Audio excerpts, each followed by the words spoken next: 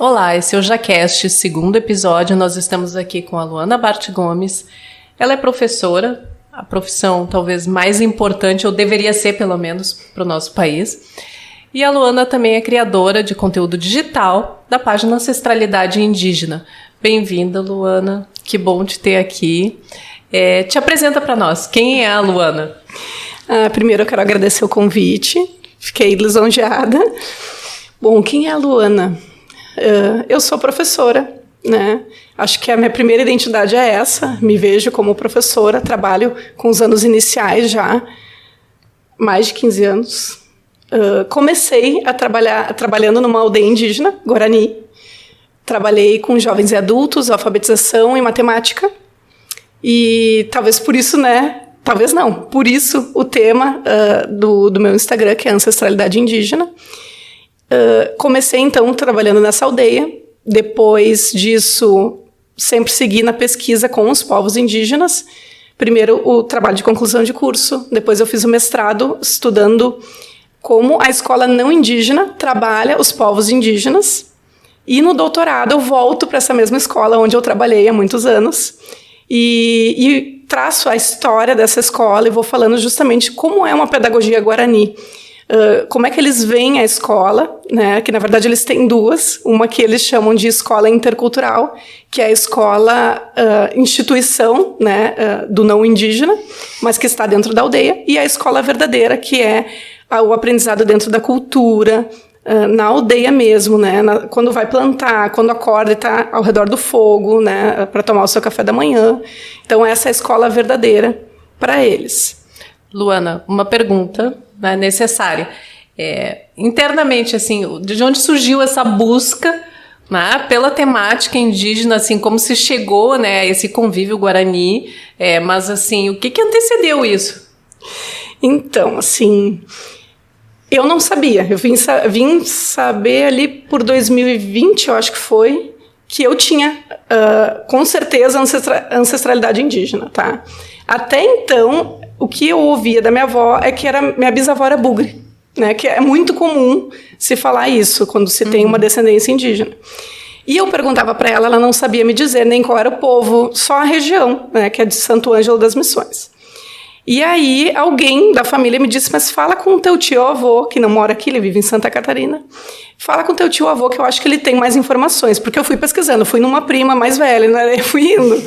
E aí fui até esse tio-avô, e eu fiz uma ligação, e ele me contou toda a história da família, então, que a minha tataravó era indígena, Guarani, e o meu tataravô era de origem portuguesa. Provavelmente ali da época da chegada dos açorianos, né, faz bastante tempo. A minha bisavó, então, nasce ainda nesse contexto de aldeia. E quando eu perguntava para o meu pai, ele não tinha muita assim, memória da infância, mas o que ele me trouxe assim, de como era a casa, que era de chão batido, que é bem característico dos Guarani aqui do Rio Grande do Sul. Então, a casa tinha o chão batido, a estrutura da casa se assemelhava muito, então provavelmente ela morava na aldeia e depois veio para Porto Alegre. E aí sim, a minha avó vem para Porto Alegre já, assim, adolescente, e os traços indígenas são muito fortes até o meu pai, né? A partir da próxima geração já nem tanto, que daí é a minha geração, da minha irmã, a gente já não tem traços indígenas, mas até meu pai, sim, tanto na pele, questão dos olhos, né? Ainda muito forte, os olhos puxadinhos. E a ancestralidade, o que é ancestralidade para quem está nos ouvindo agora?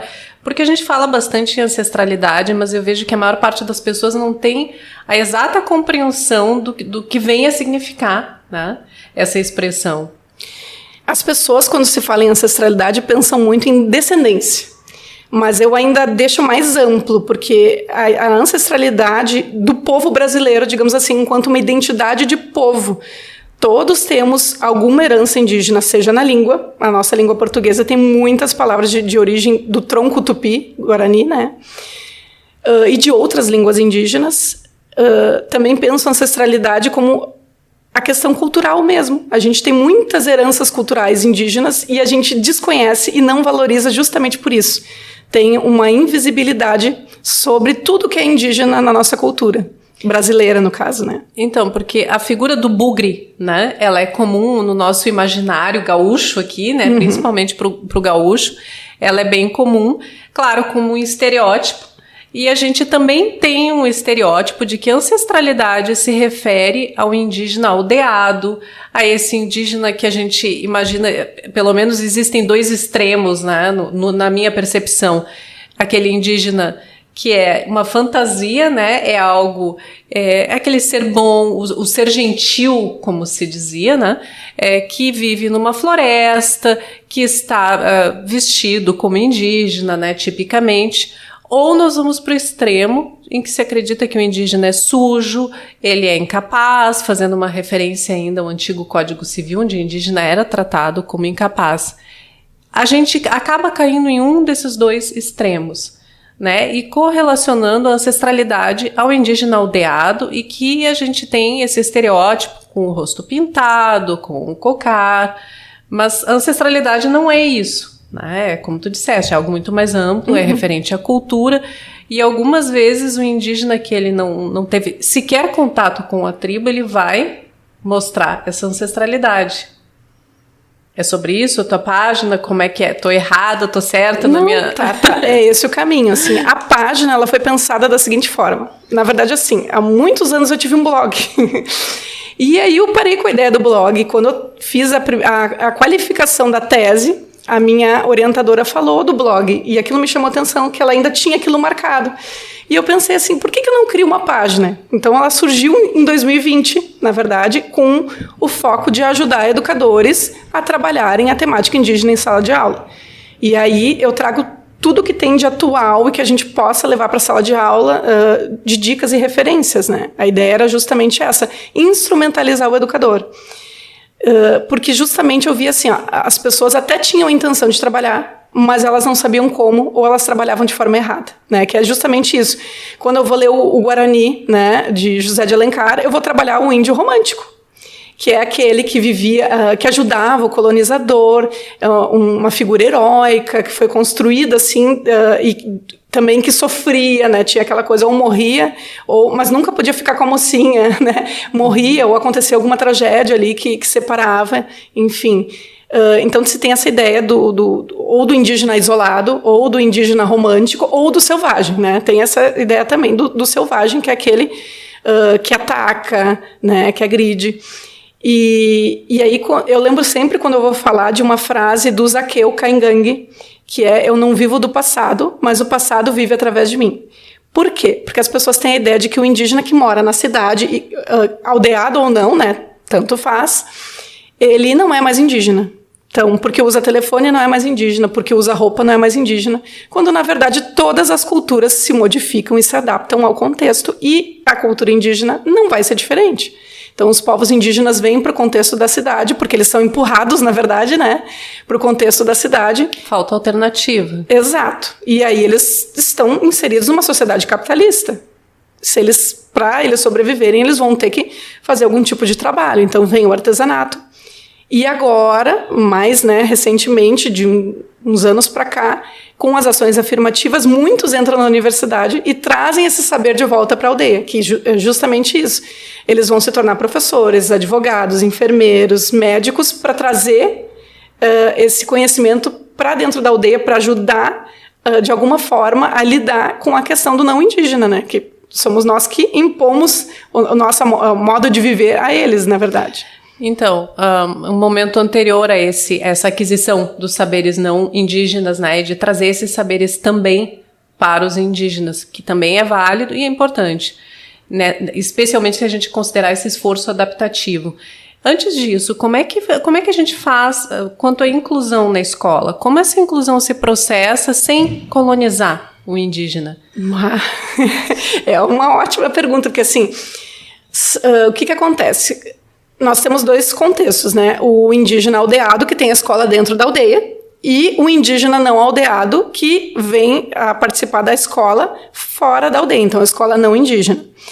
Dentro da aldeia se tem o currículo que é adaptado, o ensino bilíngue, né, que é específico, é intercultural. Então, se coloca, entram elementos daquele povo dentro da escola. e de alguma forma também serve de uma observação reversa, né? Eles acabam aprendendo como lidar com o não indígena. Isso é muito importante e vários trazem isso, que a escola é importante para isso, para proporcionar o contato com a língua portuguesa, o contato com a matemática, para depois fazer essas trocas. Já o indígena que é não aldeado, ele vai frequentar a escola não indígena. E aí nós temos um problema, porque a maior parte dos educadores, eles não têm formação. Na universidade não tem formação. Por quê? A gente tem uma lei, que é a 11.645, que institui a obrigatoriedade do ensino de história e cultura afro-brasileira e indígena em todo o ensino básico, nas disciplinas de história, arte e literatura principalmente. Mas ela cobre o ensino básico e não o ensino superior. Existem passos, né, em direção a essa mudança. Disciplinas que são optativas, por exemplo, mas ainda não são obrigatórias. E alguns professores com muita boa vontade e conhecimento que ensinam nas universidades. Mas isso não é uma regra, né, é uma exceção.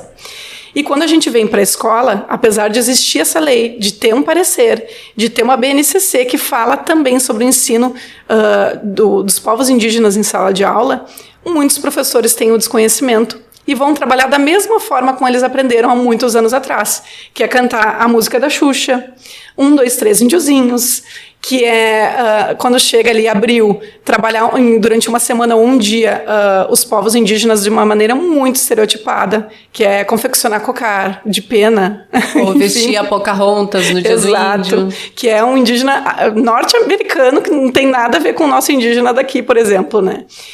E aí, assim, ó, eu vejo muito como uma falta de informação e de ir atrás. Porque a gente, nas próprias redes sociais, a gente tem muito acesso de influenciadores indígenas que estão o tempo inteiro criticando isso e falando sobre o seu povo, a sua cultura, contemporaneamente. Então, assim, até ironizando, de certa forma, os influenciadores mais jovens ironizam essas situações, porque são absurdas as perguntas que fazem para eles, né?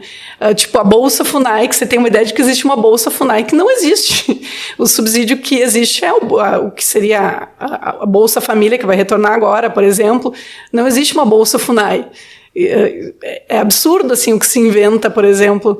E aí as pessoas não têm ideia do que é o indígena contemporâneo. Se a gente pergunta, eu como professora, se eu chego na sala de aula e pergunto, vocês já viram um indígena? Muitas crianças vão me dizer que não. Aí a primeira pergunta que eu faço aqui, no contexto de Porto Alegre, já foram na Redenção, que é um parque? Já. Então, provavelmente já viu um indígena, porque lá eles vendem artesanato todo final de semana, então é impossível não ter visto. Aqueles que estão lá vendendo artesanato são indígenas, não é porque eles estão de roupa que eles não são indígenas. E aí começam as associações. O grande problema é que adultos também não enxergam. Então, existe uma invisibilidade que ela é relativa ao racismo mesmo. Também. Né? Ao preconceito estrutural do nosso país, institucionalizado inclusive em escolas. E existe também essa invisibilidade que decorre da ignorância mesma em relação ao que é o indígena, né? Desse imaginário de que o indígena é somente aquele que a gente vai encontrar na floresta em estado natural e que essas pessoas que estão convivendo conosco, sim, eles são indígenas.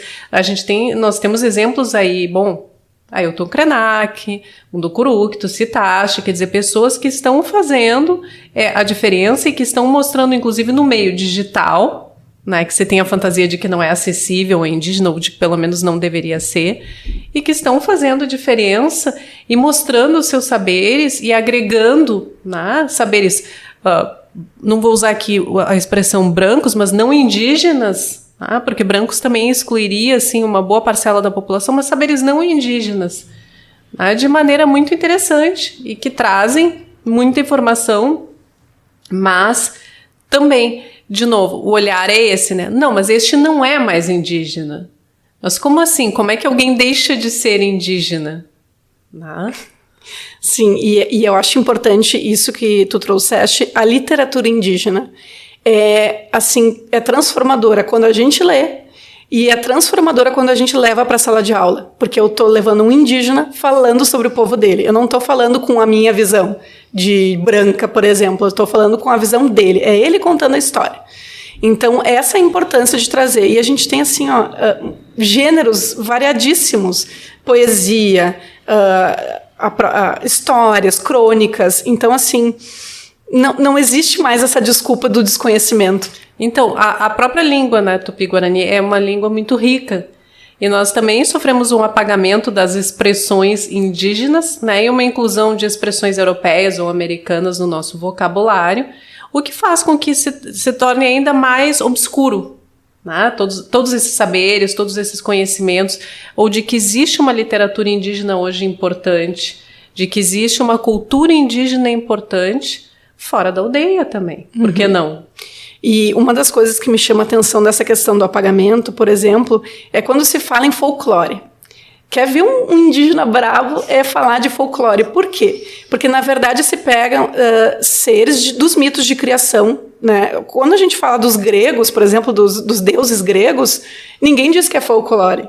Mas quando a gente fala de deuses ou de seres mitológicos indígenas, é folclore. Quando eu falo da Yara, do Saci Pererê, do Boitatá, que na verdade é um Boitatá, que separando seria a cobra de fogo, traduzindo, né, no caso. Então, assim, ó, são seres mitológicos sagrados. Então, eles fazem muito esse questionamento. Por que quando é do indígena é folclore? E aí vira assim... Vira meio que uma bagunça aquilo, né? Por que se tratam outras culturas que são europeias, por exemplo, como mitologia, e quando chega nos nossos povos originários é folclore? Então, é mais uma coisa que tem que se desconstruir na escola e que é super desconhecida. Então, e a construção da escola? Isso que eu queria saber contigo. Como é que essa visão é um indígena numa escola não indígena e ele está lá assistindo uma aula onde a história é necessária, onde a transmissão desse momento da história, da colonização, de como isso ocorreu com os indígenas, ela é necessária. Ela vai ocorrer em algum momento. Como isso é repassado ao indígena, né? E ao não indígena também? Ela é uma visão que corresponde às realidades ou ela acaba sendo exclusiva também, não inclusiva? O que acontece? A história que é ensinada nos livros didáticos, ela é eurocêntrica. O que é isso? Ela é baseada na história que a Europa conta, né, que os colonizadores contavam. E já dizia a Chimamanda Adichie, né, que o perigo da história única. Ela traz esse livro que é fantástico, todo mundo deveria ler. Ela fala justamente isso, que não existe uma história. Nós temos várias histórias. Tem a história do ponto de vista do colonizador, tem a história do ponto de vista do indígena, do africano, e cada um vai contar do seu jeito. A grande questão é que na escola, o que o livro didático traz é, normalmente, a história eurocêntrica. E isso, livros didáticos muito recentes. Eu fiz uma análise ali, 2018, de livros que eu usava, que já me revoltavam. Eu disse, eu vou escrever um artigo falando sobre isso. Porque eu fiquei revoltadíssima, porque eu abri o livro, tinha justamente a figura do indígena de tanguinha, uma oca, né, que a gente sabe que nem toda casa é uma oca, mas era bem típico de uma oca atrás. E o que mais fiquei brava, quando eu abri um outro livro que eles usavam, isso num 5º ano, 2018, 4 anos atrás, era um livro, nunca vou esquecer, da Legos 1, que é educação tecnológica dentro da sala de aula. Tinha um bonequinho que representava um indígena pendurado num galho e um bicho preguiça do lado. Então, olha a associação, como se ele fosse igual ao bicho preguiça, selvagem, e também remetendo à questão da preguiça, de certa forma, né? Eu acho que é uma mensagem do não subliminar. Querer trabalhado. Exatamente. Então, olha o que o livro didático atual está passando de imagem. Temos exceções? Temos exceções. Tem livros muito comprometidos a trazerem a realidade dos povos indígenas também, mas são exceções, infelizmente. Então, o que acontece? O professor que está despreparado, não conhece nada sobre povos indígenas, chega na sala de aula e ganha um livro que normalmente é eurocêntrico, ele vai ensinar a história de ponto de vista do colonizador. Mas aí a gente tem uma outra questão que tu trouxeste. E se eu tenho um aluno indígena dentro da sala de aula? Que movimentos eu vou fazer? Isso é muito particular de cada professor, né? Infelizmente, a gente não tem uma cartilha, um padrão a ser seguido. Temos as leis. Acaba se tornando algo que depende de pessoas e não da instituição escola. Exato. Apesar da gente ter uma lei, a lei vai dizer assim, tem que trabalhar, né? Vai ter que trabalhar em história, literatura e arte. Mas como essa arte vai ser trabalhada? Eu vou pintar a criança no dia do índio. Qual é o sentido de pintar? Para cada povo, o grafismo tem um sentido. Se eu vou pegar aqui um povo do Rio Grande do Sul, Caingangue, ele vai ter 2 tipos de pintura, e um vai se remeter a uma metade clânica e outro a outra. Um é o comprido, né, o camé, é a marca comprida, Cainrucré é a marca redonda. Se complementam, né? E então, todas as pinturas, todos os grafismos vão ter relação com o redondo e o comprido, porque eles são complementares. Mas aí, assim, chegar e pintar a criança por pintar sem sentido nenhum é esvaziar todo um conhecimento, todo um saber. Então, assim, se perde muito na escola, porque as pessoas têm um desconhecimento, elas vão reproduzindo sempre a mesma coisa, que é aquela ideia de quando o professor aprendeu lá quando ele era criança. É aquela música que ele cantava, é aquela forma que a professora fazia um cocar com ele de papel, é uma pintura que não tem sentido nenhum. E que acaba se agravando, né, Luana, exatamente pela falta de interação e de compartilhamento de saberes. Porque na medida em que eu não agrego esses saberes indígenas para o ensino, que eu não trago e eu não demonstro a importância desses saberes indígenas, eu continuo perpetuando, né, um pensamento de que eles não são importantes, de que eles não são interessantes, de que eles não são relevantes. Justamente. E isso é aí que está o perigo da história única, né? Que justamente que é o nome do livro da Chimamanda Adichie. O que preocupa? Essa falta de conhecimento dos professores e também é uma falta de ir atrás, né? Porque material a gente tem na internet, tem bons sites. Tem aqui no Rio Grande do Sul tem uma organização que faz, que é o Cominha, uma comissão, que justamente produz jogos. A todo ano sai um jogo dos povos indígenas contemporâneos. E está disponível online, é só imprimir, não é difícil. Então, assim, ó, a gente tem os materiais, tem acesso livre para a escola pública, eles entregam os jogos se a escola solicitar, sem nenhum custo. Tem informação para a escola pública sem nenhum custo. Mas quem é que vai atrás? Que instituição que conhece? Normalmente são professores que vão atrás, que descobrem e levam até as escolas, tá? Por experiência. Depende da pessoa que tem um diferencial e interesse em promover esse contato com a cultura indígena. E até assim, ó, se a gente vai falar com crianças, nós temos animações. Nós podemos trazer várias animações assim atuais. A Moana, né? A Moana é indígena.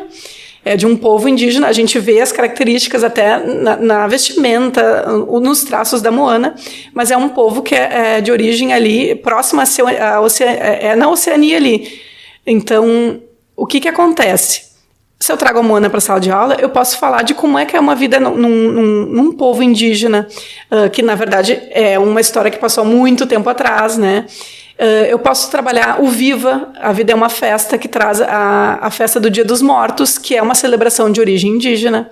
Eu posso trazer a própria questão do Frozen, que são indígenas do povo Sami, que é um povo indígena europeu. Então, assim, ó, se eu trouxer para as animações, eu posso explorar várias coisas. E com as quais essa criança indígena, eventualmente, dentro de uma escola não indígena, vai se sentir mais abraçada, vai se sentir menos excluída. Não, existem pessoas iguais. O povo Sami, ou não importa onde esteja, né, eu não estou sozinho aqui. Representatividade, que é o que falta, né? Eu acho que essa é a pior questão, porque a escola falha muito na questão da representatividade, tanto indígena quanto negra, as duas. E a gente conta com ambos dentro da sala de aula. E não é uma tarefa difícil, né? Qualquer professor que tem interesse, se começar a ler literatura indígena, já vai aprender muito, já vai conseguir mudar a sua visão. Eu acho que falta muito ainda, além do desconhecimento, falta ainda a questão de se engajar, de ir atrás de verdade, né? E de buscar materiais relevantes para trazer para os seus alunos. Dentro da própria mitologia, e não folclore, né? Que nós temos aí a Iara, Curupira, Boitatá, enfim, que são figuras riquíssimas, o Boto, nós temos aí um imenso cabedal de informações, né, interessantes e que trazem muito dessa cultura para nós. Algumas vezes, inclusive, já influenciada pela cultura europeia, sim, né, já influenciada pela não indígena, sim, mas que nos traz muito dessa história, né, e que pode conduzir a outras questões e a outros saberes. E eu acho importante, agora a gente tem a COP27 que está acontecendo, com uma presença em massa de povos indígenas, diferentes etnias lá. E eu acho que é justamente isso, assim, ó, quando a gente traz o Ailton Krenak, Ideias para Adiar o Fim do Mundo, lá em 2019, ele já falava muito sobre isso, de que a gente está chegando nesse ponto de não retorno. O ser humano está em desconexão com a natureza. E a chave está muito nos povos indígenas, porque eles têm um respeito pela terra. A terra é a mãe, é a provedora. Então, assim, ó, eles não se desconectaram. Como parte disso, eles respeitam muito mais que nós, não indígenas, que não nos sentimos parte. Quando a gente não se sente parte de algo, por que respeitar? Por que cuidar? E não é à toa que as maiores áreas de preservação estão dentro das aldeias indígenas. Então, é justamente isso, né? Tem que trazer muito do indígena para a sala de aula. Se a gente trouxesse, seria um ensino muito mais rico, muito mais conectado com a natureza, muito mais conectado até entre as pessoas. Porque a relação entre as pessoas dentro de uma aldeia é muito diferente das nossas relações fora. Então, essa é uma questão importante que eu queria te perguntar.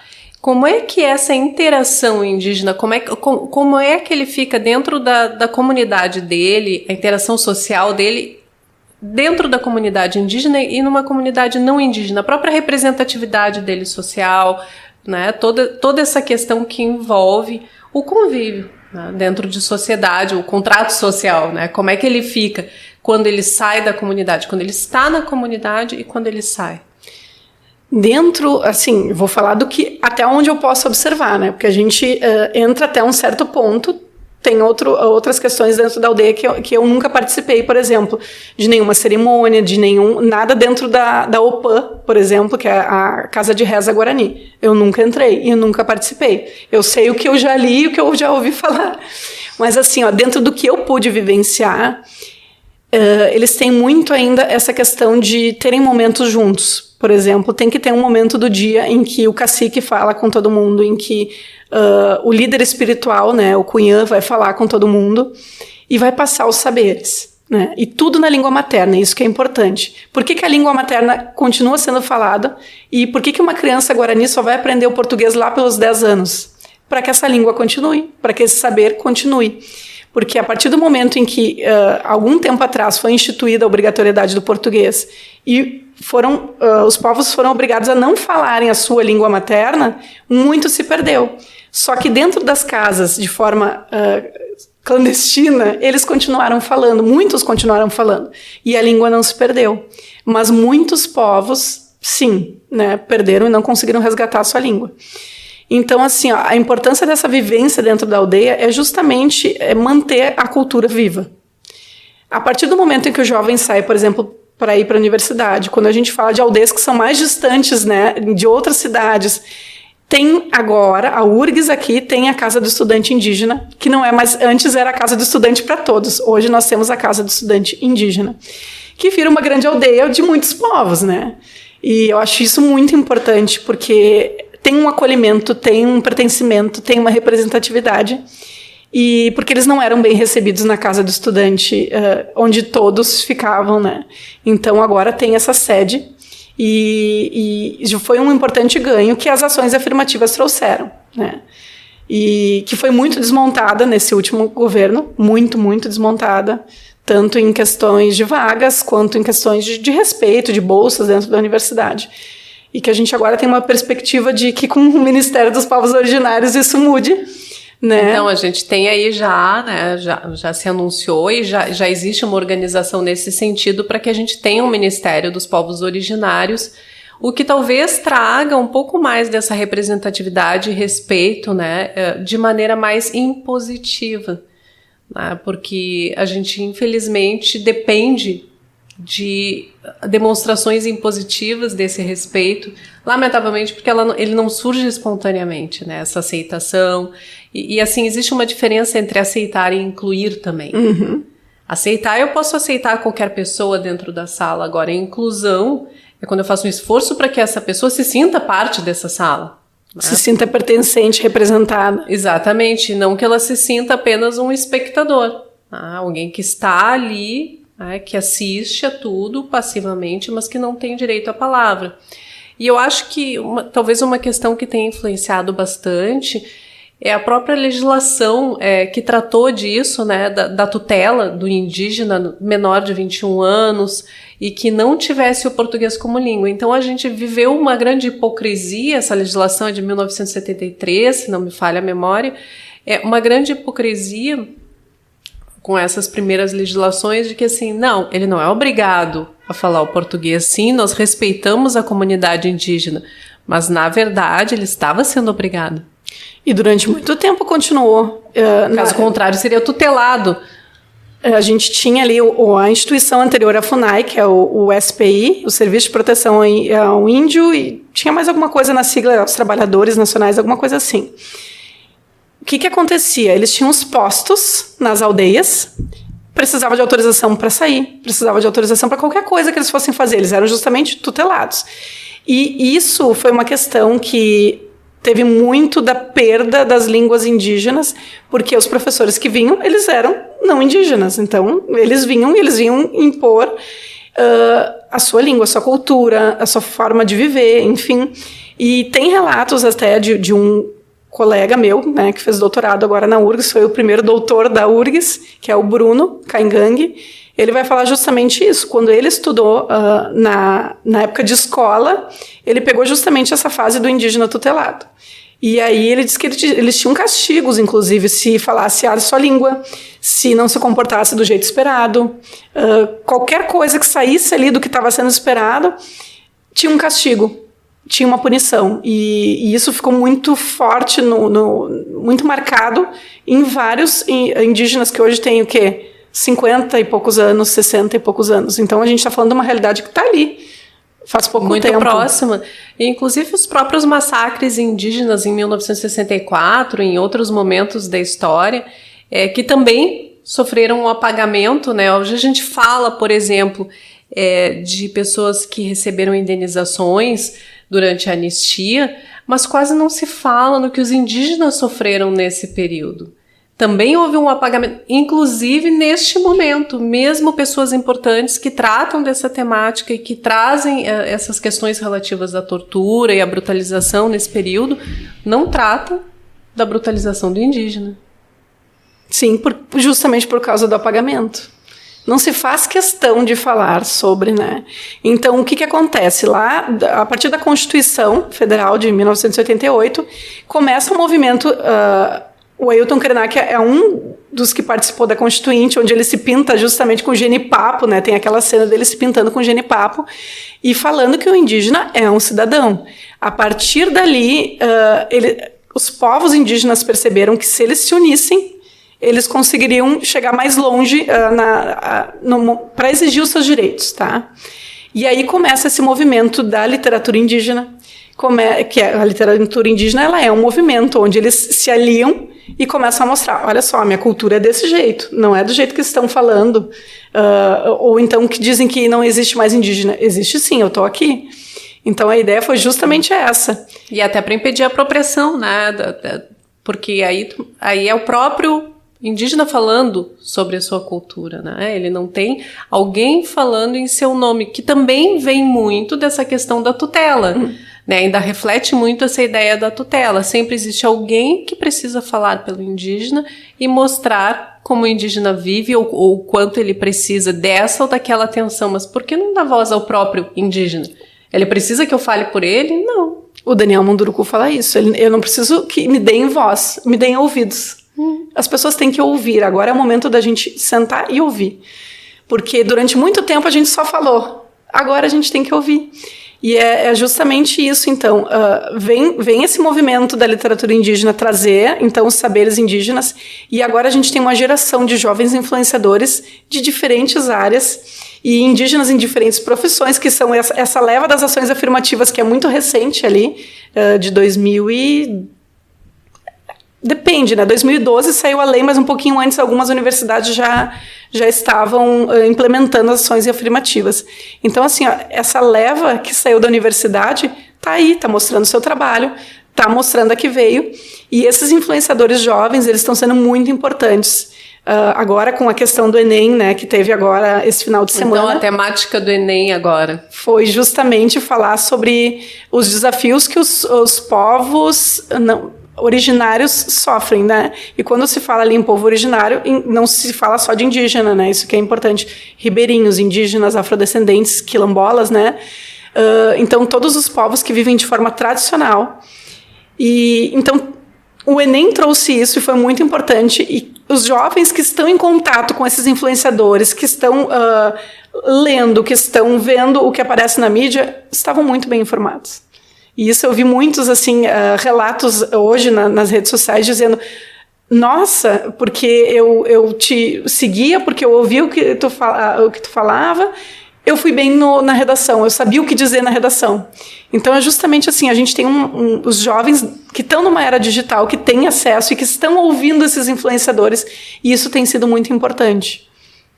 Então, essa é uma questão importante, né? A gente está vivendo a revolução da era digital, e ao mesmo tempo a gente tem todos os saberes na palma da mão em um segundo, mas ao mesmo tempo a gente ainda tem esse paradoxo, que nós temos o mundo na palma da mão, mas muitas vezes nós não temos educação e o conhecimento para fazer análise deste mundo que a gente tem na palma da mão. E aí vem a questão que nós comentávamos lá no começo sobre a escola, né? A importância da escola nesse momento para trazer esses saberes, para trazer essas informações e para desconstruir essa visão eurocêntrica e desconstruir essa história equivocada que a gente tem e que a gente repassa, porque existe uma outra questão aí que eu quero até te perguntar. O indígena tem uma cosmovisão que é bastante diferente do não indígena e que é muito importante, tu mesma comentaste aqui, né, em relação ao clima, em relação à maneira como eles veem a natureza. Hoje a gente sabe que se nós não tomarmos medidas efetivas, esse é um assunto da COP27 e de qualquer reunião política, né, a gente sabe a importância, por exemplo, do Amazonas. Não existe um país que não tenha, né, feito alguma observação relacionada a essa questão, devido à importância, mas o conceito de tempo e espaço é completamente diferente para o indígena, né? Inclusive, essa diferença de conceito de tempo e espaço inspirou, né, o nome do nosso podcast, o JaCast, né, exatamente por isso, né? A Maria foi nossa inspiração, que essa questão de não haver necessariamente essa importância de um futuro, assim, ser alguém no futuro, eu já sou. Né? E como é que fica essa cosmovisão indígena e a questão, como o indígena vê o tempo e espaço dentro da escola que se baseia num relógio? Vamos falar primeiro de como o indígena vê o tempo. É justamente isso, o Daniel Munduruku fala o seguinte, que quando a gente pergunta para uma criança o que ela quer ser quando ela crescer, a gente está fazendo uma violência, cometendo uma violência com ela. Porque a criança já é tudo aquilo que ela precisa ser. Ela já é aquele ser completo, curioso. Nós matamos a curiosidade da criança quando ela vai crescendo. A criança pequena, ela pergunta muito. A criança indígena está sempre em volta. Ela tem uma autonomia, ela pode mexer, ela pode tocar, ela pode fazer. Existe um cuidado que, claro, vai proteger dessa criança se machucar, mas não é uma proteção excessiva que a gente vê muitas vezes. É mais fácil para o não indígena deixar seu filho quietinho, nem que seja no celular, no tablet, ou fazendo qualquer coisa que não esteja incomodando, do que em contato com a natureza, brincando, correndo, né? Então, já são formas diferentes de ver. E quando a gente traz o tempo e o espaço, o tempo para os povos indígenas, ele não é cronológico como é para nós. Cronológico, datas, relógio. Ele é circular. Por que circular? Porque ele tem a ver com o ciclo da natureza. Então, ele vai se basear justamente nos ciclos naturais, nas estações do ano. Para os Guarani, por exemplo, eles não se baseiam nas estações, eles têm 2 tempos, que é o tempo novo e o tempo velho, que seria Arapuao, que é o tempo novo, que é onde se colhe o que se planta, onde se tem as festas, é um tempo de comemoração, né, que todo mundo vai para a rua porque está quente, é primavera e verão. E tem o Araamã, que é o tempo antigo, o tempo do recolhimento, onde cada um fica mais introspectivo, tem um horário, né, não se fica de noite na rua, enfim, são a questão dos perigos, né, de se expor, enfim, ao frio e aos perigos da noite, porque escurece mais cedo. Então, eles têm uma visão de tempo que é diferente e também se relaciona com o espaço. não se dissocia tempo e espaço. Quando a gente fala, por exemplo, das plantações, tá? Vamos pegar o espaço. Plantações. As plantações têm relação com os deuses, então toda a cosmovisão. Cada deus guarani, ele está voltado para uma direção, e cada plantação do milho tradicional, cada cor fica para uma direção. E isso tem relação também com o tempo, né, do plantio. Então tudo fica meio que relacionado, não se dissocia em diferentes culturas indígenas. Temos a linda Tuhiwai Smith, que é Maori, né, da Nova Zelândia, que vai falar que tempo e espaço não se dissociam. Temos o Bruno Caingangue, que é o Bruno Caingangue, que é Caingangue, aqui do Rio Grande do Sul, que escreveu a sua tese e fala um capítulo dedicado sobre o tempo e o espaço, que estão juntos, estão vinculados. Então tem essa percepção. E quando chega na escola não indígena, que é cronológica, que é baseada em datas, tem esse choque muito grande e a grande dificuldade dos professores em entenderem que o indígena ele não consegue ficar nesse quadradinho fechadinho do tempo cronológico. Que é completamente dissociado de espaço, né? No caso do não indígena, Sim. Assim. É um relógio que dita as horas e tu te pauta por isso. E o indígena, ele tem essa visão mais ampla, mais conectada entre tempo e espaço, o que nos leva, assim, às vezes a acreditar que eles são sem tempo ou sem espaço, ou que eles estão fora do tempo ou fora do espaço, que eles não têm essa compreensão, mas talvez eles tenham uma compreensão muito maior que a nossa. Porque justamente eles não se violentam no sentido de, bom, não acordei muito bem, não estou disposto, eu não vou fazer determinada coisa, vou ficar aqui recolhido, porque de repente os deuses querem que eu fique aqui recolhido. Então tem essa visão que é muito ligada ao espiritual, de que se fizer alguma coisa ruim pode acontecer. Mas a gente, quando chega numa escola não indígena, não tem essa. A cultura não indígena, né? A cultura ocidental não tem isso. Pode estar bem, pode estar mal, pode estar te sentindo como for, tem que estar lá. O relógio cumprindo o horário, tem que ir lá cumprir. Exatamente. E aí, isso para eles é uma violência. Porque daí eu estou impondo essa cultura, eu não consigo perceber o outro e o tempo do outro, que na verdade, assim, ele é diferente. E aí, quando a gente estava falando, eu lembrei da tese da minha orientadora, que é Nhamboê, Enquanto o Encanto Permanece. Quando as escolas Guarani estavam sendo implementadas aqui no Rio Grande do Sul, há uns quase 20 anos atrás, justamente por causa da violência da colonização, eles deram todo esse espaço até terem escola novamente, né? E aí ela está sendo implementada e ela observava o seguinte, a criança ela não é obrigada a ir na escola, tá? Não é. Mas elas iam. Elas não são obrigadas, não tem o pai dizendo, olha aqui, é o horário, vai. Não, mas eles iam para a escola. E eles ficavam enquanto tinham interesse, enquanto aquilo fazia sentido. Quando deixava de fazer sentido, eles iam saindo no seu tempo. Mas as crianças sempre tinham aula. Mas essa aula não era violenta com elas, ela respeitava o tempo, respeitava o espaço delas. E elas não deixavam de aprender, porque elas ficavam mais ou menos tempo. Tudo dependia do quanto tinha de envolvimento. Porque às vezes na escola não indígena eu tenho uma criança que ela está ali de corpo, mas a cabeça dela não está ali.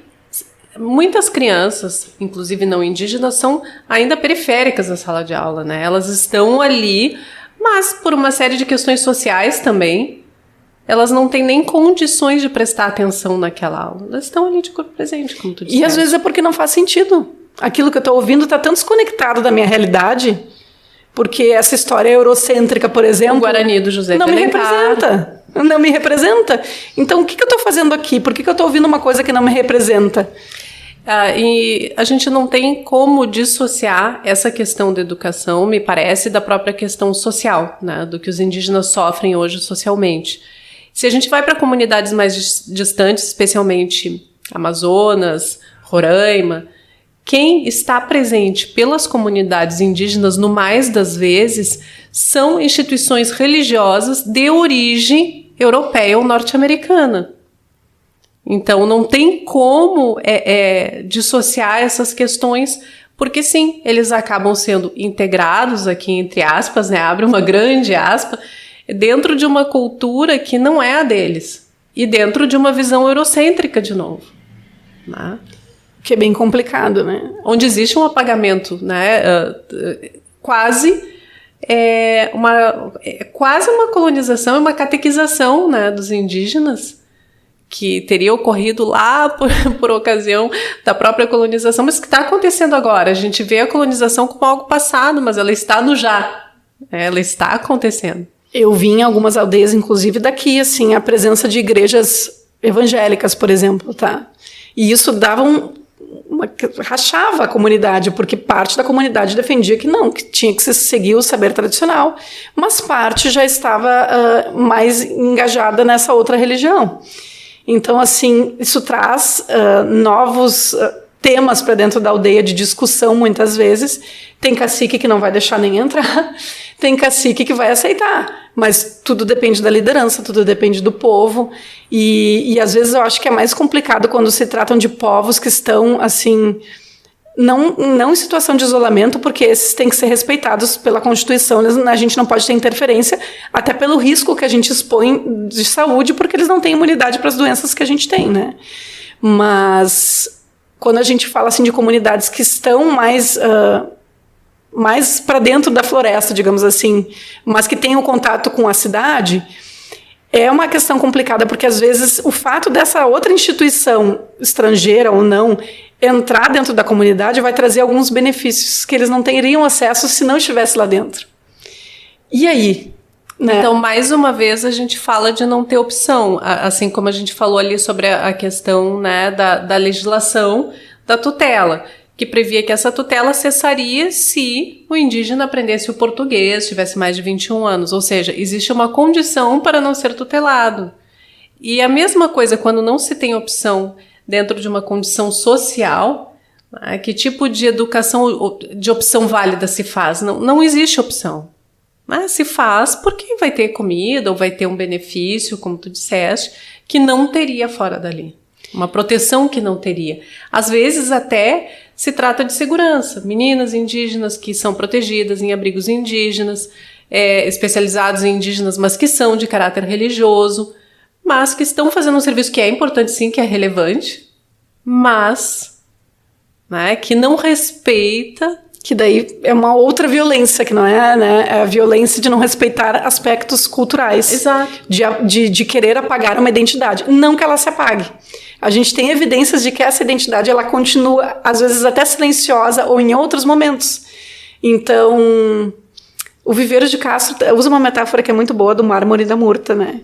Que os europeus têm muito essa questão de lapidar, né? Que o mármore é aquilo que fica eternizado, mas que os indígenas, eles são, na verdade, a murta, que é o arbusto, que a gente corta o arbusto, ele fica no formato, mas daqui a pouco começa a sair um galho aqui, um galho lá, porque ele, né, eles, às vezes, se ajustam a essa realidade, que é a realidade do Ocidente, mas é um se ajustar que, na verdade, é uma adaptação cultural que não vai excluir tudo que ele teve de aprendizado anterior, a sua língua, a sua cultura, enfim, não vai excluir, mas que ainda existem instituições e locais que querem, sim, realizar esse apagamento, elas existem, infelizmente, né? E o que a Luana, educadora, faria para modificar essas realidades? O que eu faço, tá?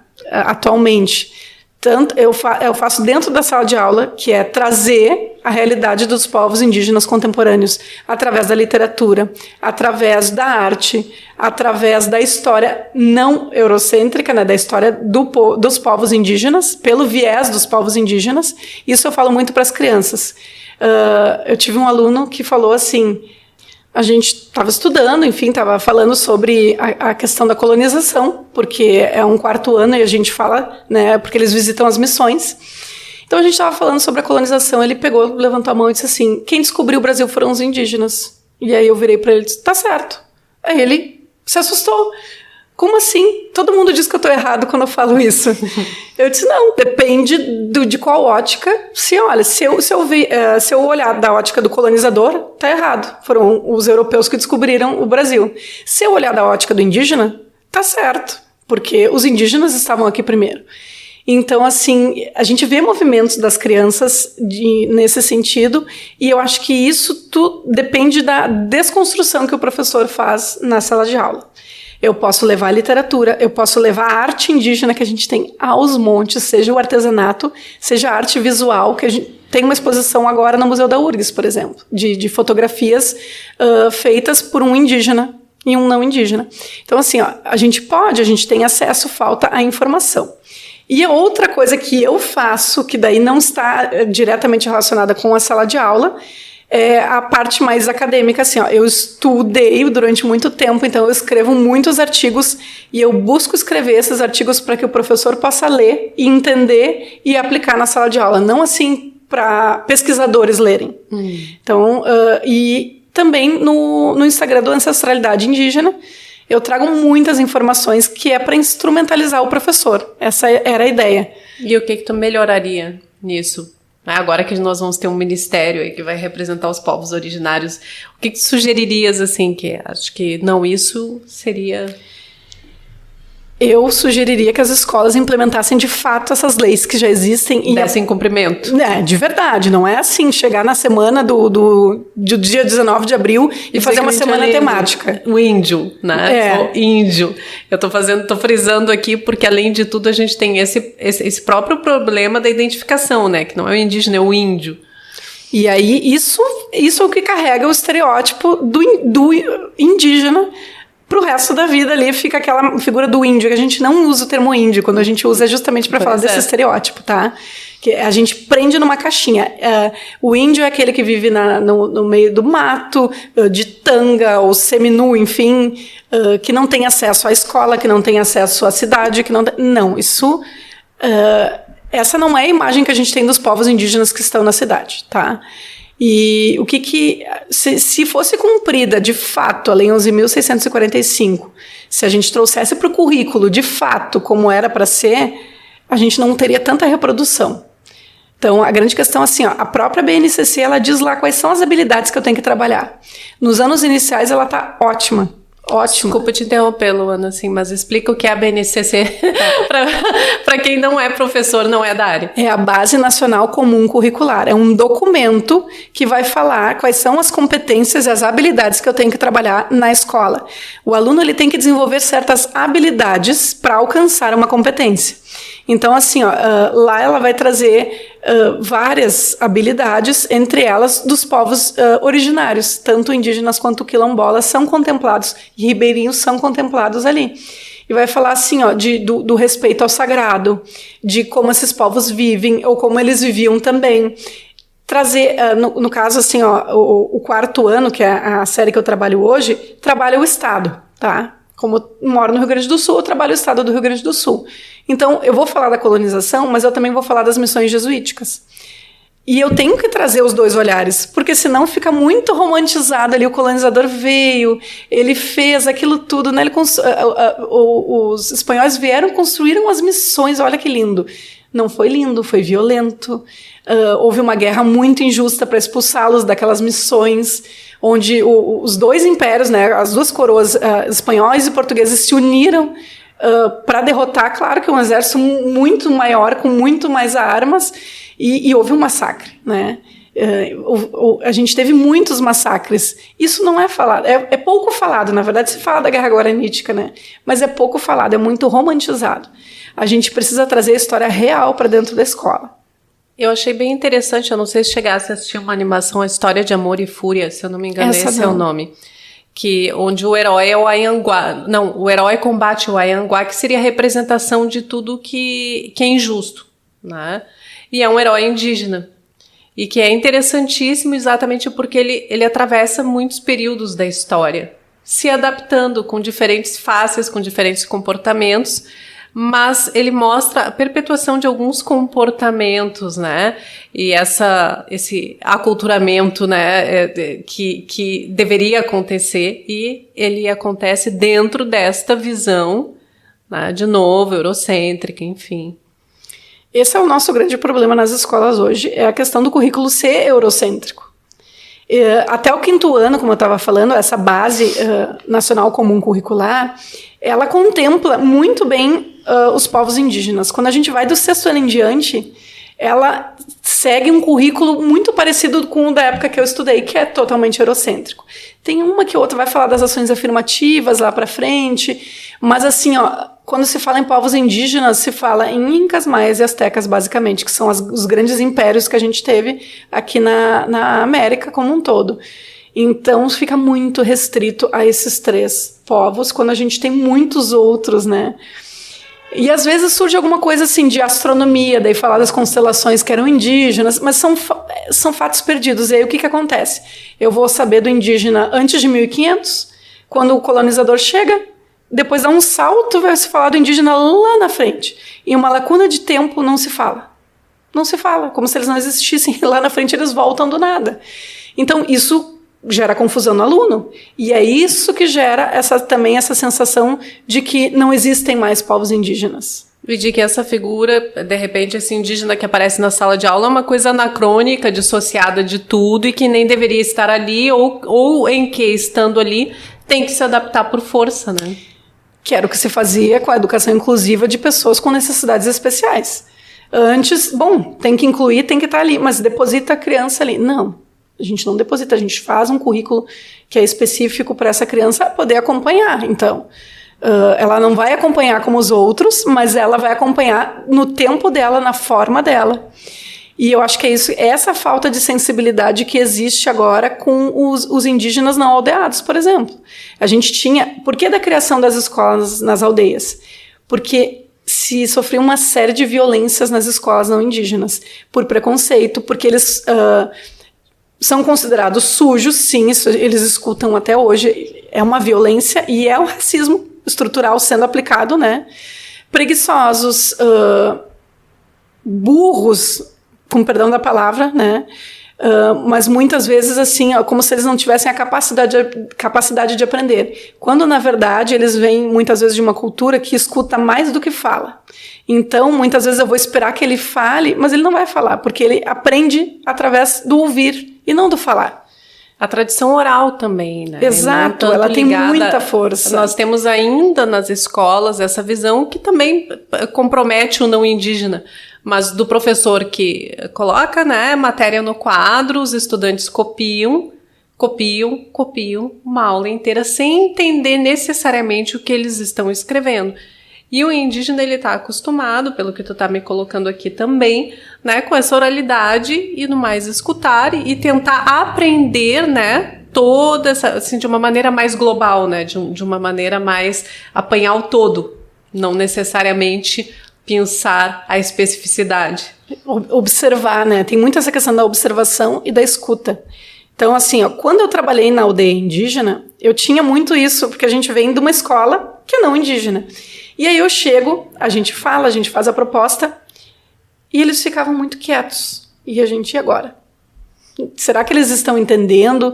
Será que eles não estão gostando? O que aconteceu com essa proposta? E aí, lá pelas tantas, um representante, eles conversavam em Guarani entre eles, e um representante vinha e então trazia a resposta para aquilo que a gente tinha perguntado, ou falava alguma coisa sobre o que a gente estava fazendo. Então, assim, é um outro tempo e é uma outra forma de aprender.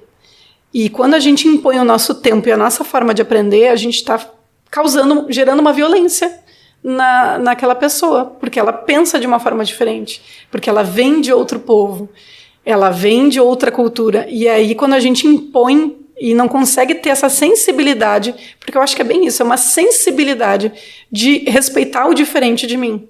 Empatia. E trazer, de alguma forma, características, nem que seja perguntando para a criança, perguntando para a família, formas de trazer a cultura ou de trazer algo que seja mais familiar para essa criança para dentro da sala de aula. Falta essa sensibilidade. Bom, falar com a Luana é uma aula, né?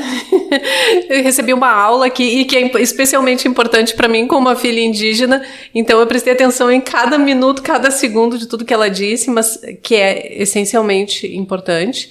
E Luana, eu queria te perguntar, queres deixar o contato do Ancestralidade, queres deixar alguma coisa aqui para que o pessoal possa encontrar toda essa informação aqui que eu estou recebendo aqui como dádiva, assim? A minha rede principal é o Instagram, então para seguir é @ancestralidade.indígena. E aí ali eu tenho o link para o e-mail, enfim, tem vários, eu tenho o Linktree que vai direcionar para vários materiais muito importantes que vão ajudar tanto professores quanto pais que queiram saber um pouquinho mais também a se informarem sobre os povos indígenas. Então, @ancestralidade.indígena. Isso. Luana, muito obrigada por aceitar o nosso convite, né? Nos dá a honra de nos ensinar um pouquinho mais, a gente aprende contigo e espero que venha outras vezes, né? Porque é um assunto que envolve tantas questões correlatas, né? É tão rico que a gente sente até pena de terminar, mas eu te agradeço imensamente. E tu queres deixar alguma mensagem, alguma... Eu quero agradecer o convite e queria muito que isso servisse de estímulo para os educadores buscarem, porque a gente tem muito material bom sendo produzido. A grande questão é saber onde buscar. Então, assim, busquem pelos próprios indígenas. Então, esse foi o JaCast, falando um pouquinho sobre ancestralidade indígena. A gente fica por aqui e esperamos que todos gostem do nosso conteúdo.